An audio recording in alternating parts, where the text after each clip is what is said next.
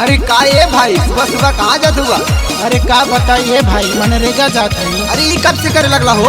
अरे भाई लॉकडाउन में ना दिमाग खराब हो गए। कहूँ चल। अरे चला चला चला चला चला चल।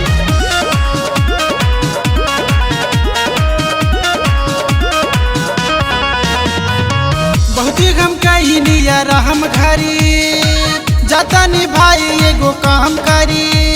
हाँ भाई सही कहा तू।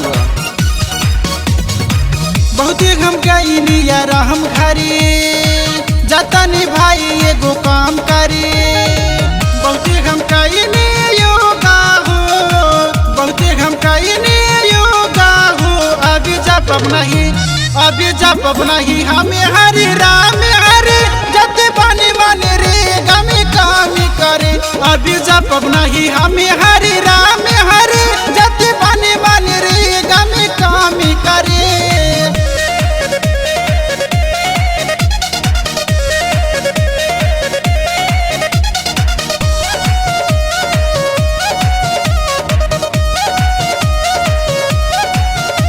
पहिर के पेट के नीचे साड़ी हमारी जान लोगी क्या?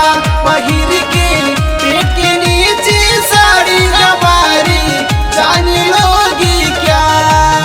बहुत दिन से खात बाने सुखी तरकारी देशवा में आइल बाड़े बहुत महामारी।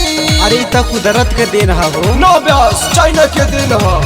बहुत दिन से खात बाने सुखी तरकारी देशवा में आइल बाड़े बहुत महामारी, बहुत महामारी। बहुत हम काइल अब इंतजार हो पैसा कमा के सुकाल बियाह हो। तेरा भी काम हो सोझा हो। अभी जब नहीं, अभी जब नहीं हमें हरे राम हरे जत पानी माने रे गमे काम करे। अभी जब नहीं हमें हरे राम हरे जत पानी माने रे गमे काम करे।